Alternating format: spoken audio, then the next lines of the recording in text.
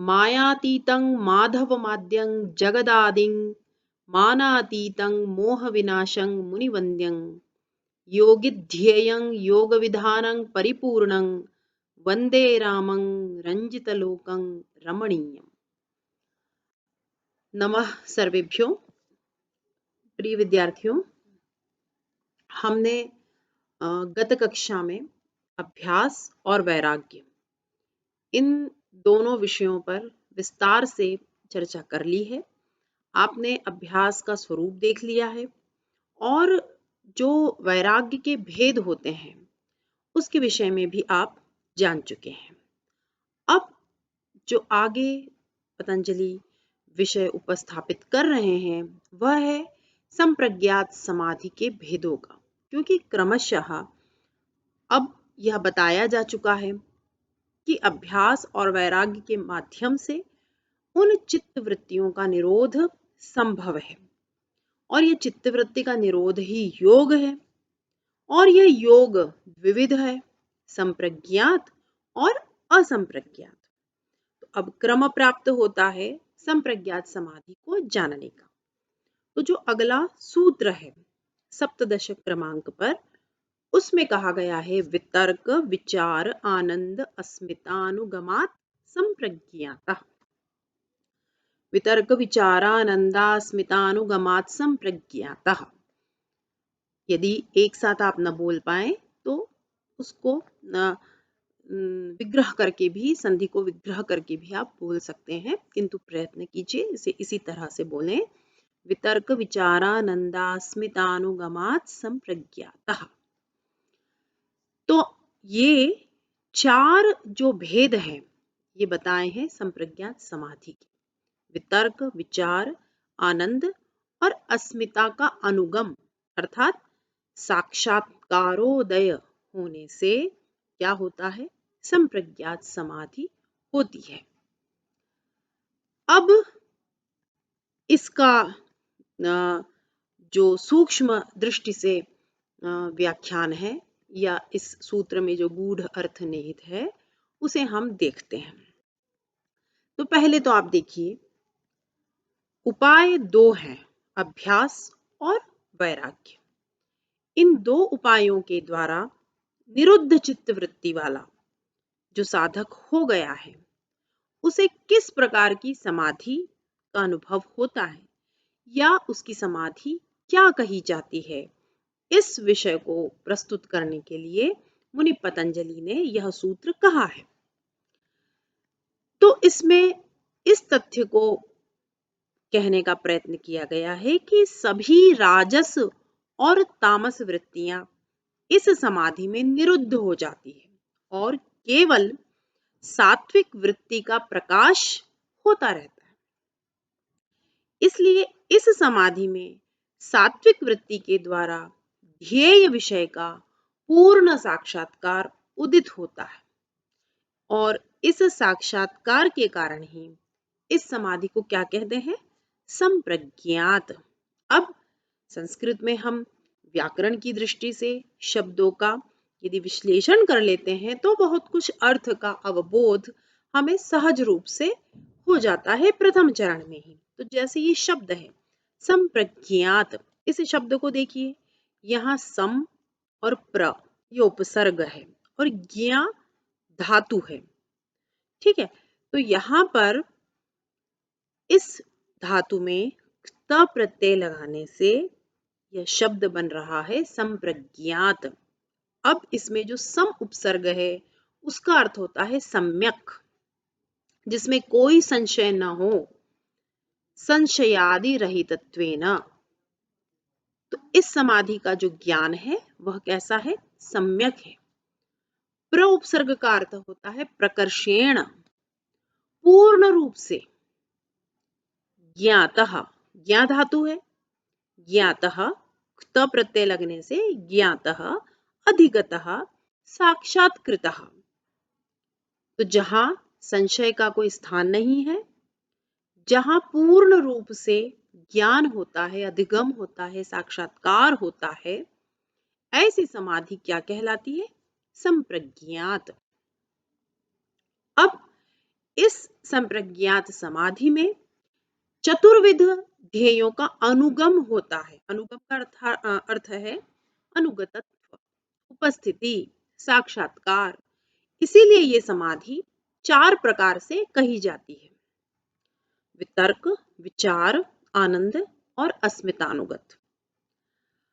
अब हम एक एक क्रम से इनको भी जानते हैं।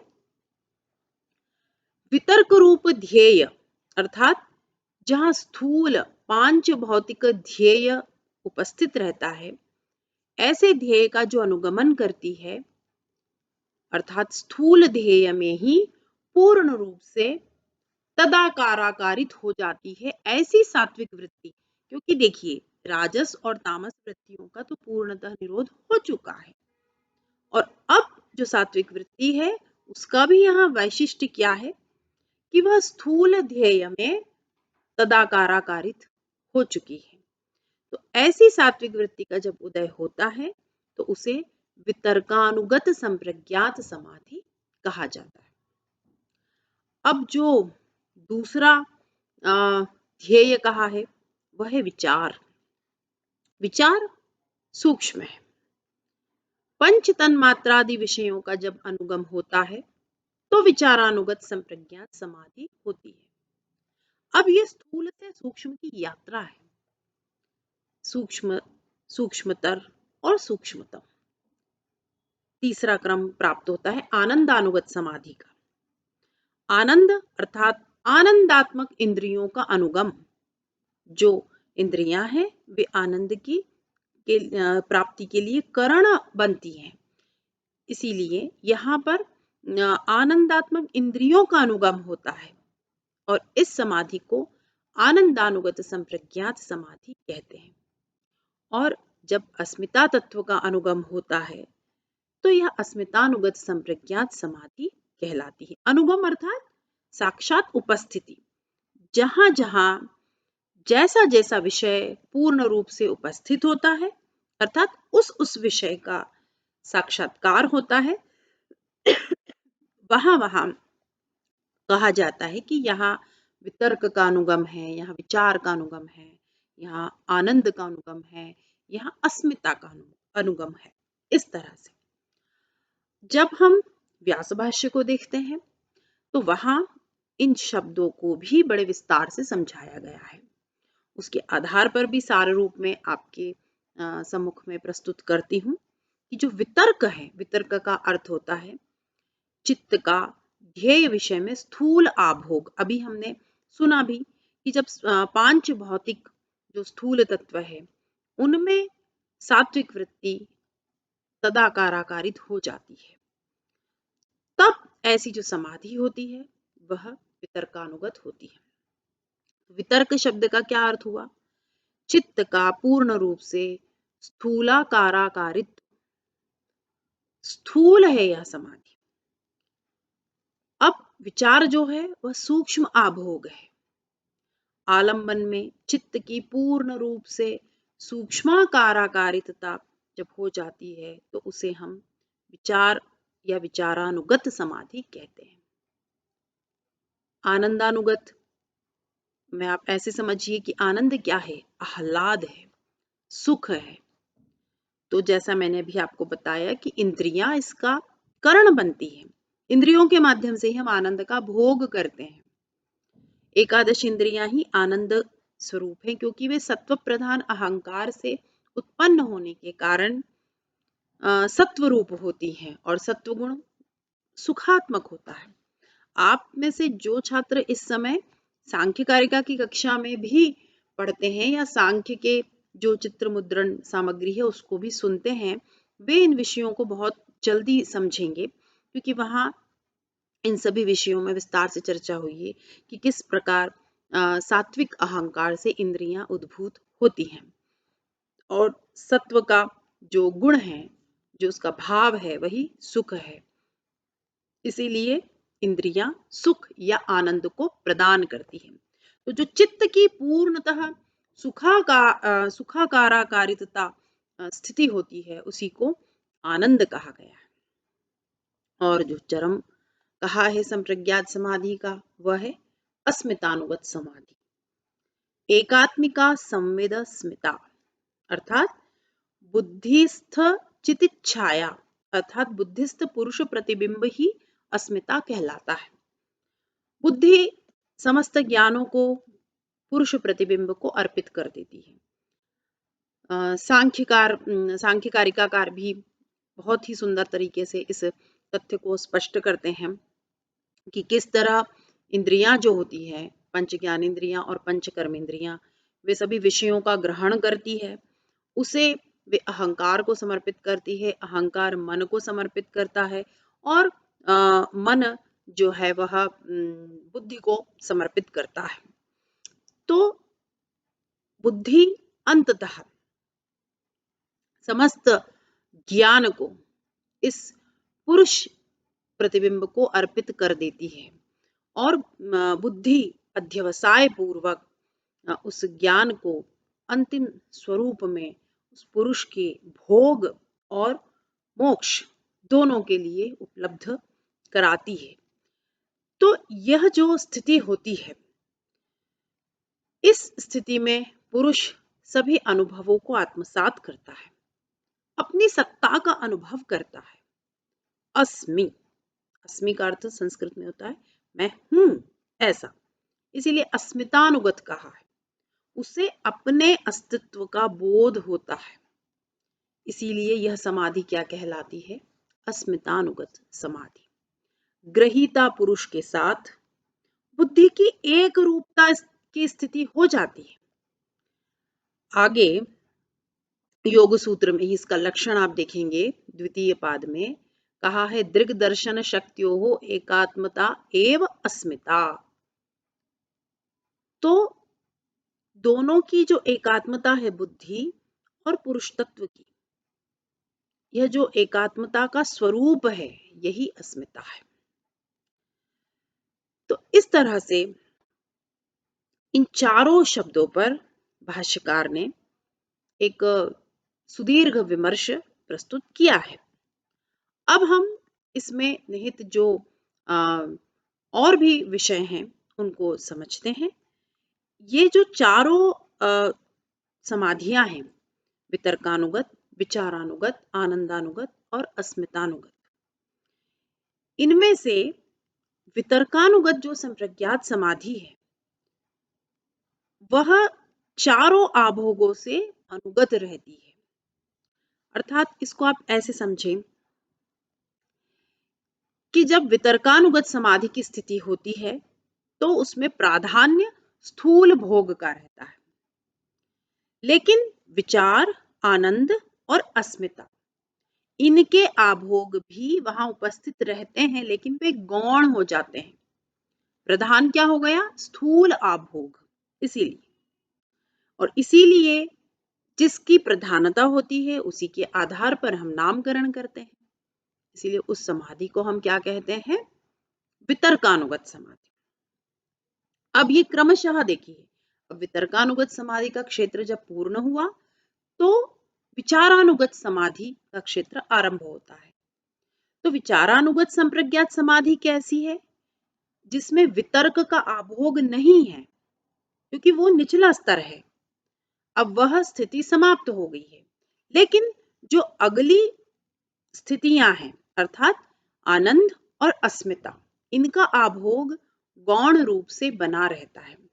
अर्थात वितर्कानुगत समाधि में 3 आभोग होते हैं।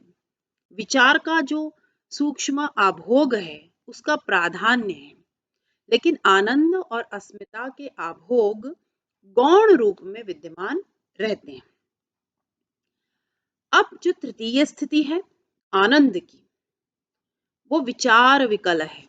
इसमें इसका जो निचला स्तर था अर्थात विचारानुगत समाधि, उसका भी जो है वो लोप हो जाएगा और अब जो स्थिति है उस आनंदानुगत समाधि में आनंद जो है वो प्रधान रूप से है और जो अस्मिता का आभोग है वह गौण रूप में वहां विद्यमान रहता है। और जो चतुर्थ स्थिति है अस्मितानुगत समाधि, वो कैसी होगी? उसमें और कोई भी भोग अवशिष्ट नहीं रह गया, क्योंकि वितर्क और विचार तो वहां है ही नहीं, और आनंद के अभोग से भी वह रहित हो जाती है। इसीलिए इसे अस्मिता भोग या अस्मितानुगत संप्रज्ञात समाधि कहा जाता है। इसमें गौण रूप से भी वितर्क, विचार और आनंद उपस्थित नहीं रहते हैं। वितर्कानुगत, विचारानुगत, आनंदानुगत और अस्मितानुगत, ये सभी समाधियां आलंबन अर्थात ध्येय विषय के साथ होती है, क्योंकि अभी हमें आगे एक स्तर और प्राप्त करना है, वह है असंप्रज्ञात समाधि का। अर्थात संप्रज्ञात समाधि में ध्येय विषय बना रहता है चारों ही स्तरों में, वितर्क, विचार, आनंद और अस्मिता। अब जब हम इस विषय को समझ लेते हैं, तो फिर हमें जिज्ञासा उत्पन्न होनी चाहिए कि जब ध्येय विषय विद्यमान है, तो उस ध्येय विषय की शून्यता कब होती है? तो पतंजलि आरंभ में ही कह देते हैं कि जो असंप्रज्ञात समाधि की स्थिति होती है, वही सर्ववृत्ति चित्त निरोध सर्ववृत्ति निरोध की अवस्था होती है। सर्वचित्त वृत्तियों का निरोध जहां हो जाता है, वही असंप्रज्ञात समाधि की दशा है। तो जो अग्रिम सूत्र है 18 क्रमांक पर, उसमें क्या कहा? विराम प्रत्ययाभ्यास पूर्व संस्कार शेषो अन्यः। अब ये जो अन्यः कहा है, अन्यः क्या है? दूसरी समाधि। कौन सी है? असंप्रज्ञात समाधि, जो कि संप्रज्ञात समाधि से उत्कृष्ट अवस्था है। तो सूत्र का अर्थ देखिए, सूत्र में तो इतनी सी बात कही है, लेकिन जब हम उसका उन शब्दों का सूक्ष्म अर्थ देखते हैं, तो उसमें बहुत गूढ़ तात्पर्य निहित दिखाई देता है। सूत्र में तो पतंजलि कह रहे हैं कि पर वैराग्य के अभ्यास पूर्वक और निरोध अर्थात संस्कार मात्र अवशिष्ट जहां रह जाता है, ऐसी चित्त वाली जो समाधि होती है, जो कि संप्रज्ञात समाधि से भिन्न है, वह असंप्रज्ञात समाधि कही जाती है। अब इस असंप्रज्ञात समाधि का क्या उपाय है, ये किन उपायों से सिद्ध होती है, इसका क्या स्वभाव है, इसी को कहने के लिए ये जो सूत्र कहा है, इसके शब्दों को जानना जरूरी है, तभी आप इसके अर्थ को ठीक से समझ पाएंगे। तो देखिए क्या कहा, विराम। विराम का अर्थात क्या होता है? सामान्यतया लोक में भी हम इस शब्द का प्रयोग करते हैं। तो विराम का तात्पर्य है जहां सभी वृत्तियां अस्त हो जाएं, जिनका निरोध हो जाए, उसका प्रत्यय। प्रत्यय का तात्पर्य है यहाँ कारण। तो उसका जो कारण है, वह कारण क्या है? पर वैराग्य। आपने पहले ही वैराग्य के विषय में यह जान लिया है, अपर वैराग्य और पर वैराग्य। तो यहाँ बताया गया है कि सभी वृत्तियों का जहां अस्त हो जाता है, निरोध हो जाता है, उसका जो कारण बनता है, वह कारण क्या है? पर वैराग्य। और उसके अभ्यास से अर्थात पर वैराग्य के अभ्यास से, बार बार उसके अनुष्ठान से जो समाधि सिद्ध होती है, जिस पर वैराग्य के अभ्यास पूर्वक जिस समाधि की स्थिति प्राप्त होती है, वैसा जो संस्कार शेष अर्थात जिसमें केवल निरोध संस्कार ही अवशिष्ट रह गए हैं, ऐसी जो समाधि है, वह संप्रज्ञात से भिन्न अर्थात असंप्रज्ञात समाधि कहलाती है। तो देखिए सूत्र को एक बार फिर से देखिए, विराम प्रत्यय अभ्यास पूर्व संस्कार शेषो अन्यः। विराम का तात्पर्य आप समझे, जहां सभी वृत्तियों का निरोध हो जाता है, ऐसी जो स्थिति है, उसका जो कारण है, प्रत्यय अर्थात कारण, वह कारण क्या है? पर वैराग्य। बड़ा ही ध्यान से इसको समझिए, अन्यथा आप सूत्र के अर्थ को याद नहीं रख पाएंगे। और जब आपको शब्दों के अर्थ समझ में आ जाएंगे, अन्वय हो जाएगा, तब आपको याद रखने की आवश्यकता नहीं होगी, उसका बोध हो जाएगा। तो इसी दृष्टि से इसको समझिए कि विराम प्रत्यय का जो कारण है अर्थात पर वैराग्य, उसके अभ्यास पूर्वक जब केवल संस्कार शिष्ट रह जाते हैं, अर्थात केवल निरोध संस्कार अवशिष्ट रहते हैं जिस चित्त में, ऐसी जो समाधि होती है वो अन्य समाधि है। अन्य समाधि अर्थात जो अभी हमने पहले कही संप्रज्ञात समाधि, वैसी नहीं, अपितु दूसरी दूसरी अर्थात असंप्रज्ञात समाधि है।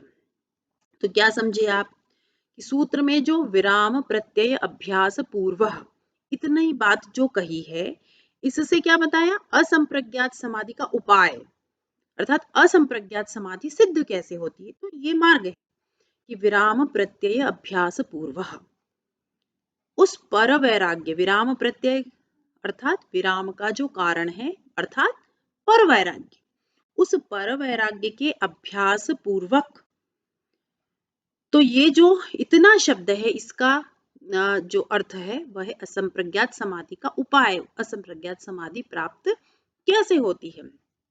और आगे कहा संस्कार शेषः, संस्कार शेषः का अर्थ अगर आप देख रहे हैं तो आपको इतना तो समझ में आया है कि निरोध संस्कार जहां अवशिष्ट रहते हैं, तो इस इतने से शब्द से मुनि पतंजलि ने यहाँ असंप्रज्ञात समाधि का लक्षण दे दिया है या उसका स्वरूप बता दिया है। और अंतिम शब्द क्या है सूत्र में, अन्यः, अन्य से उस असंप्रज्ञात समाधि का निर्देश कर दिया है। तो देखिए यही हमारे संस्कृत शास्त्रों में सूत्र की विशेषता है, जहां पर एक भी वर्ण, एक भी मात्रा निरर्थक नहीं होती और छोटे से सूत्र में बड़े ही महान अर्थ को जो है वो कहने का सामर्थ्य जिनके पास होता है वे ही इस सूत्र का निर्माण कर पाते हैं। इसलिए हमारे जितने भी प्राचीन प्रसिद्ध ग्रंथ है वे सूत्रों में लिखे गए हैं। वहां पर छोटे से सूत्र में बहुत गूढ़ अर्थ को सम्मिलित कर लिया जाता है। तो यही वैशिष्ट्य है हमारे ग्रंथों का। और जिसे आप देख ही रहे हैं कि पतंजलि ने केवल इन 195 सूत्र इतने सारे अर्थों को सन्निहित कर दिया है। तो चलिए यहाँ आपने देखा कि तीनों शब्दों को, तीनों जो वाक्य के हमने 3 भाग किए और किस तरह से उनके अर्थ का अन्वय किया।